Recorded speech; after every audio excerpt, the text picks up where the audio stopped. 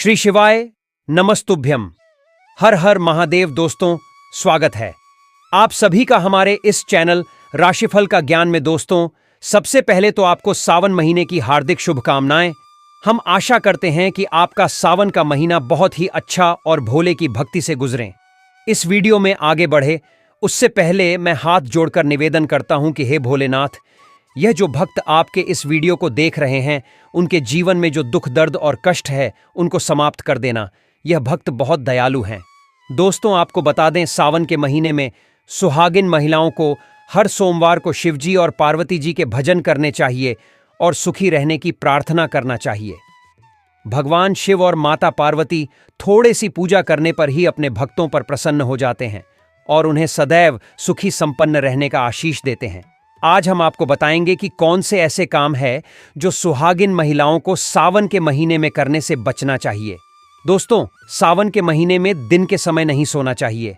दोस्तों, सावन सोमवार के व्रत में सुहागिन महिलाओं को किसी भी प्रकार का तेल नहीं लगना चाहिए तथा जो भी सुहागिन महिलाएं व्रत रखती हैं या जो सुहागिन महिलाएं व्रत नहीं रखती हैं, उनको भी मांसाहार का भोजन नहीं करना चाहिए तथा किसी व्यक्ति का अपमान तथा अनादर नहीं करना चाहिए।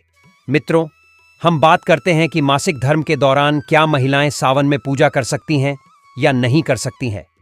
दोस्तों, कई महिलाओं का यह प्रश्न आता है कि मैं मासिक धर्म के दौरान शिव मंदिर में जा सकती हूं या नहीं जा सकती। वैसे तो दोस्तों, पीरियड्स के दिनों में महिलाओं को मंदिर जाने की मनाही होती है। हिंदू मान्यता के अनुसार इस दौरान महिलाएं अशुद्ध होती हैं। वैसे यदि हम ज्योतिष की माने तो आमतौर पर पीरियड समाप्त होने के बाद 5वें दिन आप मंदिर में प्रवेश कर सकती हैं। शास्त्रों के अनुसार पीरियड समाप्त होने के बाद का 5वां दिन शुद्धिकरण के लिए सबसे अच्छा माना जाता है, इसलिए ही इसी दिन पूजा करने और मंदिर जाने की सलाह दी जाती है। अब बात करते हैं कि मासिक धर्म के दौरान सुहागिन महिलाएं बाल को धो सकती हैं या नहीं धो सकती। बहुत सारी महिलाओं के यही क्वेश्चन रहते हैं कि हम मासिक धर्म के दौरान बाल को धो सकती हैं कि नहीं धो सकती हैं। तो दोस्तों, ज्योतिष शास्त्र के मुताबिक अगर आपके पीरियड्स 3 दिन चलते हैं तो आपको चौथे दिन बाल धो लेने चाहिए।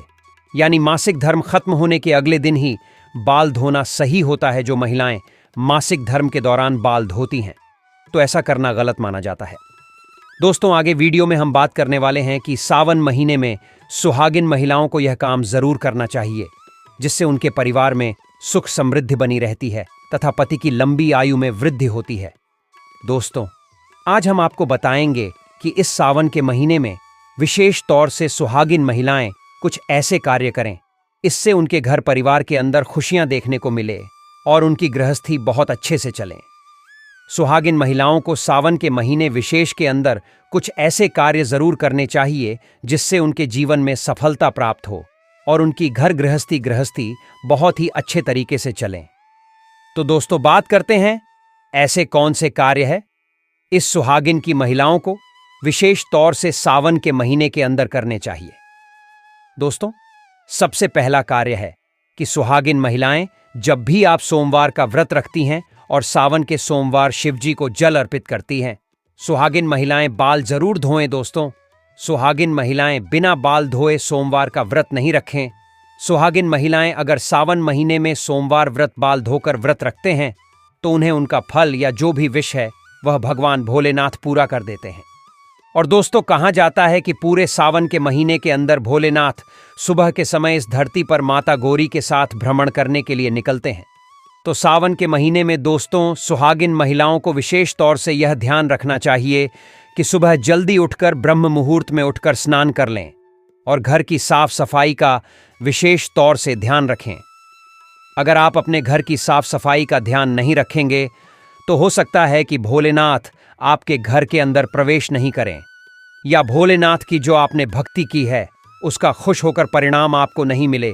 इसीलिए आपको सावन के पवित्र महीने के अंदर अपने घर की साफ सफाई का विशेष तौर से ध्यान रखना चाहिए। इसी के साथ दोस्तों, सुहागिन महिलाएं जो 16 सोमवार का व्रत रखती हैं, आपको यह जरूर ध्यान रखना चाहिए कि आपको इस सावन के महीने के पहले ही सोमवार या फिर किसी भी अंतिम सोमवार से ही आप इन्हें व्रत का पारण लें और व्रत करने का सौभाग्य लें तो निश्चित तौर से आपके इस जीवन के अंदर सुख आने लगता है और आपके वैवाहिक जीवन बहुत ही अच्छा चलता है। कुछ कुंवारी कन्याएं भी 16 सोमवार का व्रत इसीलिए रखती हैं ताकि उनको एक योग्य और गुणी व्यक्ति उनके जीवन साथी की प्राप्ति हो। तो सुहागिन महिलाओं को भी, कुंवारी लड़कियों को भी आपको यह व्रत 16 सोमवार से करना चाहिए, जो कि सावन की शुरुआत से ही करना चाहिए, ताकि भगवान भोलेनाथ की भक्ति का आपको जीवन के अंदर मौका देखने को मिले। दोस्तों, इसी तरह अगली बात करें तो सुहागिन महिलाओं को सुहाग की वस्तु विशेष सावन के महीने के अंदर जरूर पहननी चाहिए। 116 श्रृंगार कीजिए। और साथ साथ सुहागिन महिलाओं से निवेदन है, आज की फैशन के दौर के अंदर कई महिलाएं मांग धारण नहीं करती हैं। अपने आप को इस सावन के 16 सोमवार के दिनों में मांग जरूर भरनी चाहिए। जो सुहागिन महिलाएं मंगला गौरी का व्रत रखती हैं, 16 सोमवार का व्रत रखती हैं, एकादशी का व्रत रखेंगी, सावन के महीने के अंदर पड़ने वाली, उनसे निवेदन है कि पूरी तरह से सुहागिन वस्तुओं का धारण करके उसके बाद आप व्रत करेंगे तो मंगला गौरी कि आपके जीवन भोलेनाथ तथा माता पार्वती कृपा देखने को मिलेगी और आप जैसा चाहेंगे वैसा आपका कार्य बन जाएगा। वह सुहागिन महिलाओं को इसका विशेष प्रभाव देखने को मिलता है। और सुहागिन महिलाओं से यह निवेदन और है कि इस सावन के महीने के अंदर अपने से बड़ों या अपने छोटे, चाहे कोई भी हो, किसी का भी आपको अपमान नहीं करना चाहिए। अगर सावन के महीने के दौरान आप किसी का भी अपमान करते हैं तो आपको अपने जीवन के अंदर कभी भी खुशियां देखने को नहीं मिलती हैं। सावन के महीने में आप अपने पति का सम्मान करें और जितना हो सके लड़ाई झगड़े से आपको बचना चाहिए। सुहागिन महिलाएं अगर इन चीजों का ध्यान रखें, सावन का व्रत रखेंगी, तो उसके जीवन के अंदर दोस्तों खुशियां देखने को मिलेगी और उसे कभी भी किसी प्रकार के दुख का सामना नहीं करना पड़ेगा। दोस्तों, सावन का महीना भगवान शिव से जुड़ा है। उन्हें भोलेनाथ भी कहा जाता है कि वह अपने भक्तों की एक पुकार मात्र से उनकी मदद को दौड़े चले आते हैं। वहीं सावन का पर्व गृहस्थ जीवन बिताने वालों के लिए विशेष स्थान रखता है। दरअसल सावन को शिवजी और मां पार्वती के विवाह वर्षगांठ के रूप में भी मनाया जाता है। बताया जाता है कि अगर विवाहित महिलाएं तो पूरी विधि के साथ इस दिन भगवान शिव की पूजा करें तो उनके पति की लंबी उम्र का वरदान होने मिलता है। कि भगवान शिव की पूजा कुंवारी कन्याएं भी कर सकती हैं, लेकिन विवाहित महिलाएं भगवान शिव की पूजा करती हैं तो इसका फल वह पति के लिए भी पा सकती है। तो चलिए आपको बताते हैं कि किस तरह से आप भगवान शिव को प्रसन्न करके पति की लंबी उम्र का वरदान प्राप्त कर सकती हैं। और अगर कुंवारी कन्याएं हैं तो वह भी इसी तरीके से भगवान शिव को प्रसन्न कर मन वांछित फल पा सकती है। सबसे पहले तो जरूर जान लें कि आपको सावन के सोमवार का व्रत जरूर रखना चाहिए। दोस्तों, इस आपको जरूर आपका मनचाहा फल मिलेगा। महिलाएं अगर सावन में सोमवार के दिन व्रत रखें तो इससे भगवान शिव प्रसन्न होते हैं और कुंवारी कन्या व्रत रखती है तो उन्हें अच्छे वर की प्राप्ति होती है। इस व्रत के दौरान फलाहार रहे और उनके पसंद की चीजें जैसे बेलपत्र, चंदन, चावल, दूध भेंट कर पूजन करें। इसके अलावा सावन के दिन दूध अश्रुजल से भगवान शंकर का अभिषेक करने से भोलेनाथ प्रसन्न होकर आशीर्वाद देते हैं। दोस्तों, ओम नमः शिवाय 3 शब्दों का यह मंत्र इतना चमत्कारी है कि आपके जीवन को पलट कर रख सकता है। तो आपको कहना है ओम नमः शिवाय का जप जरूर करना चाहिए। जब सुबह उठे तब करें, जब आप सोने जाएं उससे पहले इस मंत्र का जप करें। लेकिन सावन के महीने में तो इस मंत्र का अलग ही महत्व है। सावन में शिवजी की पूजा के समय ओम नमः शिवाय मंत्र का जप को जरूर करना चाहिए। इससे जीवन सुखमय बन सकता है। पति की लंबी आयु के लिए इस मंत्र का जाप 5 माला जप को पावन के सोमवार के दिन करना चाहिए। महादेव प्रसन्न होकर मनोकामनाएं जरूर पूरे करेंगे। दोस्तों, ऐसे में हम जानते हैं सावन के इस पवित्र महीने में कौन सी गलती नहीं करनी चाहिए जिससे कि शिव नाराज ना हो।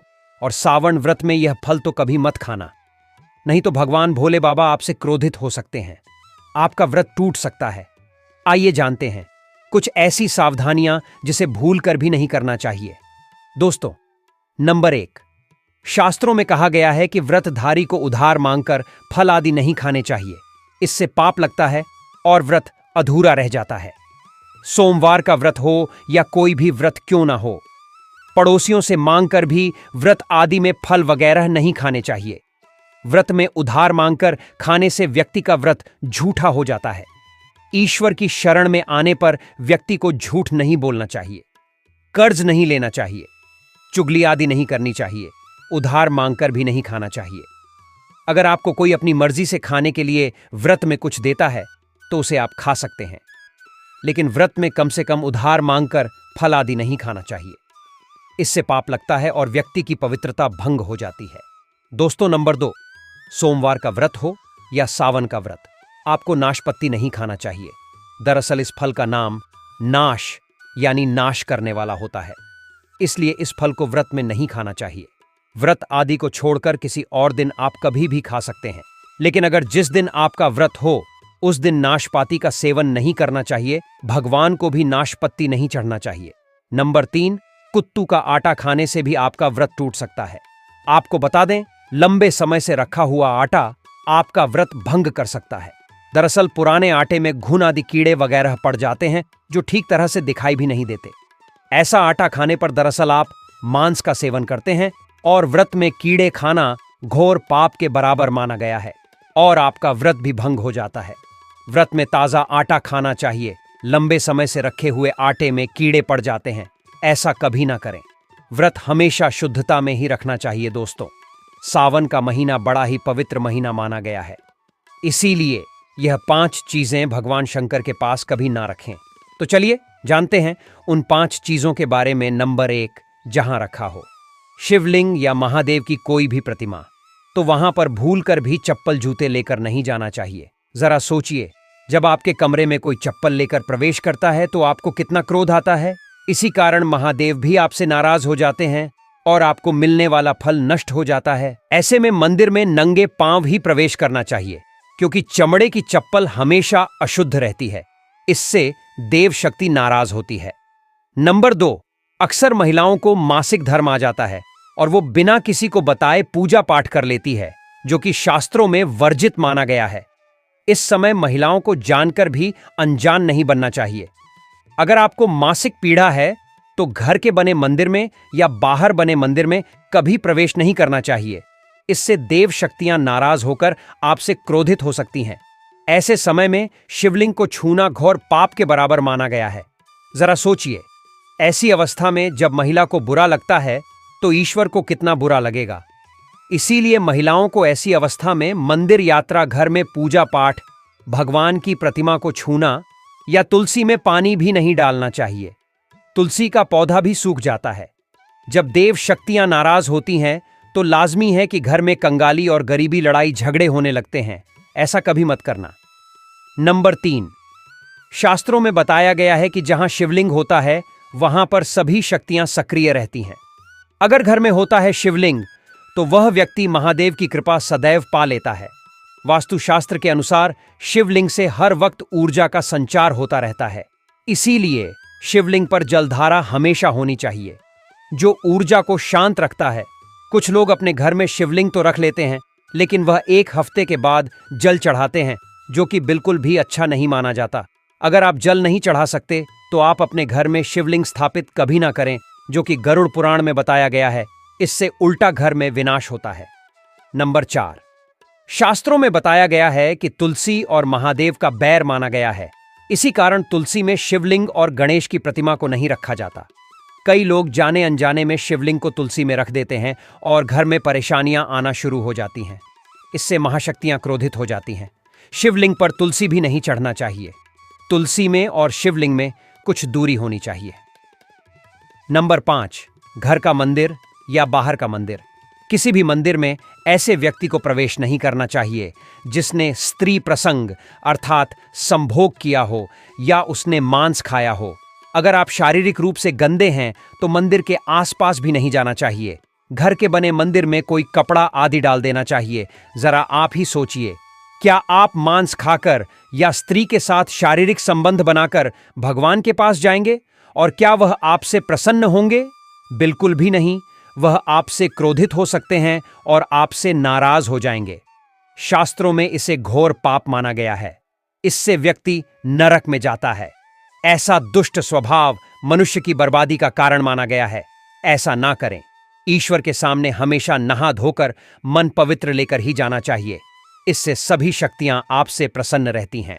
दोस्तों, सावन के महीने में महादेव को ऐसे बेलपत्र कभी मत चढ़ना, बहुत ही अशुभ माना जाता है दोस्तों।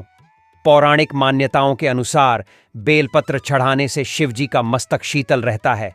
बेलपत्र से भगवान शिव की पूजा करने से दरिद्रता दूर होती है और व्यक्ति सौभाग्यशाली बनता है।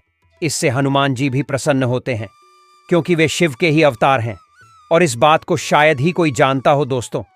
पहले आप यह जानें कि बेलपत्र का उपयोग और इसके लाभ कैसे मिलते हैं।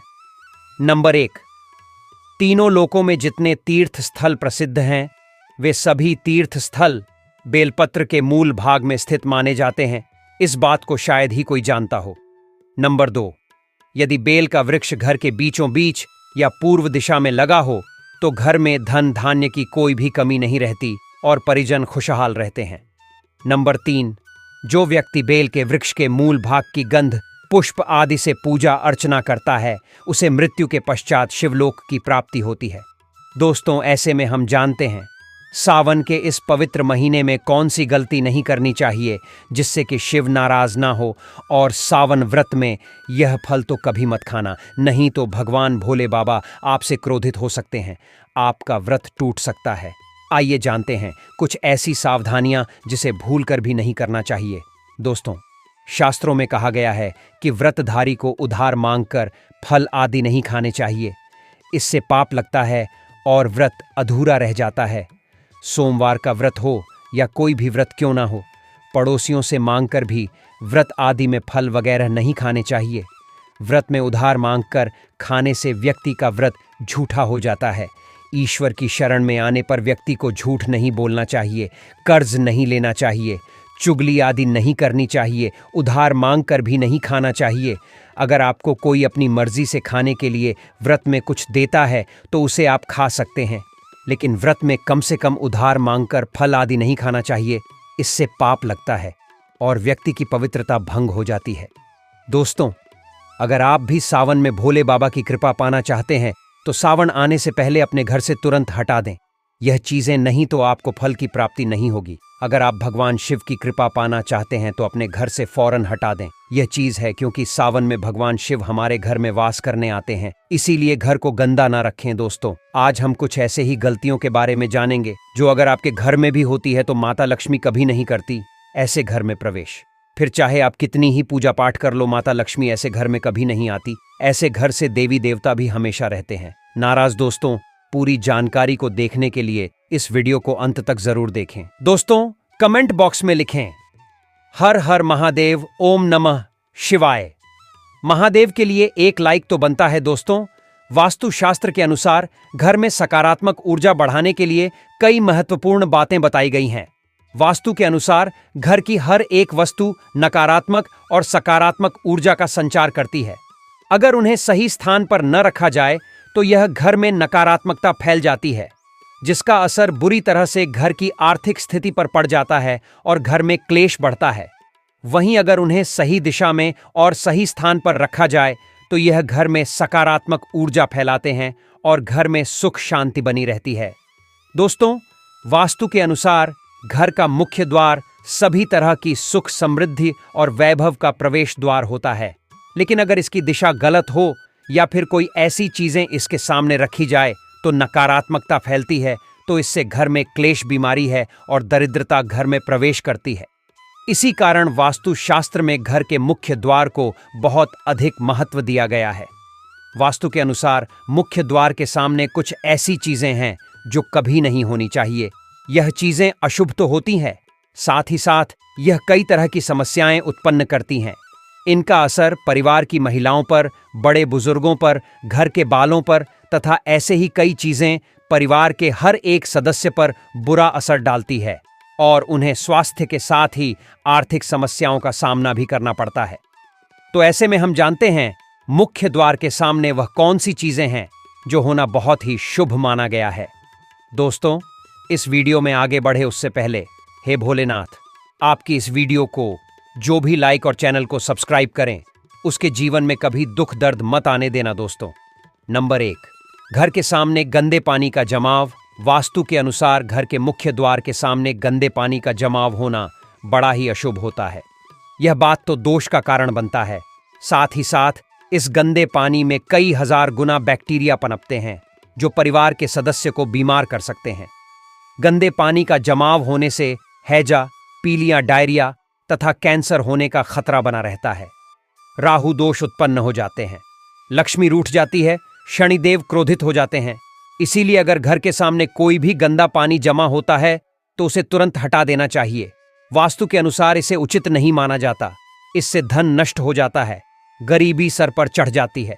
दोस्तों, नंबर 2, कांटेदार पौधे। कांटेदार पौधे कई लोग घर की शोभा बढ़ाने के लिए लगा लेते हैं, जो कि अच्छा नहीं माना जाता है। कांटेदार पौधे अगर घर के सामने लगे हो तो यह परिवार में चुभन का काम करते हैं, रिश्तों में चुभन पैदा हो जाती है। कांटेदार पौधे नकारात्मकता का कारण बनते हैं। घर के सामने या घर के बगल में कांटेदार पौधे कभी नहीं लगाना चाहिए। इससे माता लक्ष्मी प्रवेश नहीं करती, बल्कि राहु केतु घर में प्रवेश कर जाते हैं। इससे घर में क्लेश बढ़ता है, परिवार में नफरत हो जाती है। इसीलिए उस कांटेदार पौधे तुरंत घर से हटा दीजिए। जिस कांटेदार पौधे में फूल नहीं आता, पत्ते नहीं होते, उसका घर के आसपास होना भी घोर अनर्थ माना जाता है। कांटेदार पौधे को जितना जल्दी हो सके अपनी भलाई के लिए तुरंत हटा दीजिए। कांटेदार पौधे लगाने से शत्रुओं की संख्या बढ़ जाती है। दोस्तों, घर के मुख्य द्वार पर केवल खुशबूदार पौधे, तुलसी का पौधा, हरे, गुलाबी, लाल, पीले फूलों के पौधे ही लगाने चाहिए। इनकी सुगंध से माता लक्ष्मी आकर्षित होती हैं और घर में अपना आवास बना लेती है। दोस्तों, नंबर 3, कुछ लोग कूड़ेदान को मुख्य द्वार के सामने सटाकर रख देते हैं अथवा घर के सामने ही रख देती हैं। लेकिन वास्तुशास्त्र के अनुसार यह बहुत ही कष्टकारी होता है और धन की हानि का सूचक माना जाता है। इसीलिए उसे भूल कर भी ना करें। और दोस्तों, कूड़ेदान को उत्तर दिशा में नहीं रखना चाहिए। इस दिशा को देवी लक्ष्मी की दिशा माना गया है। साथ ही साथ मुख्य द्वार पर झाड़ू, पोछा आदि भी नहीं रखना चाहिए। दोस्तों, नंबर 4, बिजली का खंबा। कई घरों के सामने बिजली का खंबा होता है, लेकिन वास्तु के अनुसार यह परिवार के सदस्यों की उन्नति में बाधाएं होता है। मुख्य द्वार के सामने खंबा होना बहुत हानिकारक हो सकता है। इसीलिए मुख्य द्वार बनाते समय इस बात का ध्यान अवश्य रखें। दोस्तों, नंबर 5, पेड़ पौधे। घर के मुख्य द्वार सामने घने पेड़ पौधे नहीं होने चाहिए। इससे वास्तु दोष उत्पन्न होता है। साथ ही साथ इससे सूर्य का प्रकाश घर में प्रवेश नहीं कर पाता। प्रातः काल में घर के मुख्य द्वार से सूर्य प्रकाश घर में प्रवेश करता है तो यह स्वास्थ्य के दृष्टिकोण से भी अच्छा होता है। साथ ही घर में सुख, समृद्धि और शांति बनी रहती है। इसी कारण घर के मुख्य द्वार के सामने पेड़ होना शुभ नहीं माना जाता। पेड़ पौधे हमेशा घर के साइड में होने चाहिए, लेकिन सामने नहीं। दोस्तों, नंबर 6, घर के मुख्य द्वार पर कभी भी माता लक्ष्मी की तस्वीर आपको बिल्कुल भी नहीं लगानी चाहिए। दोस्तों, माता लक्ष्मी की तस्वीर को हमेशा अपने घर के पूजा घर के अंदर स्थापित करना चाहिए। यह फिर अलमारी के अंदर आपको माता लक्ष्मी और माता लक्ष्मी से जुड़ी सभी चीजें रखनी चाहिए, क्योंकि माता लक्ष्मी का स्थान हमेशा घर के अंदर ही माना जाता है, न कि उनका स्थान आपके द्वार पर। माता लक्ष्मी को कभी बाहर नहीं करना चाहिए। धन की देवी को हमेशा घर में स्थान दिया जाता है। कई लोग क्या करते हैं कि फैशन के तौर पर घर के द्वार पर ही माता लक्ष्मी की तस्वीर लगा देते हैं, तो ऐसे में माता लक्ष्मी दौड़ से ही वापस चली जाती है और घर के अंदर कभी भी प्रवेश नहीं करती। आपको इस बात का जरूर ध्यान रखना चाहिए। प्रवेश द्वार पर चप्पल नहीं रखना चाहिए। इससे प्रवेश द्वार पर नकारात्मक ऊर्जा प्रवेश कर जाती है तथा धन की देवी माता लक्ष्मी नाराज हो जाती है और कभी भी आपके द्वार पर नहीं आती। दोस्तों, नंबर 7, केले के पत्ते अपने घर के मुख्य द्वार पर जरूर लगानी चाहिए। इससे माता लक्ष्मी आकर्षित होती है। ऐसे घर पर सदैव अपना आशीर्वाद बरसाती रहती है। बंदरवाल के माध्यम से समझ लीजिए कि आपके जीवन के अंदर, घर के अंदर माता लक्ष्मी यश, वैभव, कीर्ति और कुबेर के साथ प्रवेश करती है और आपके घर का मुख्य द्वार मालामाल आपको बना देता है।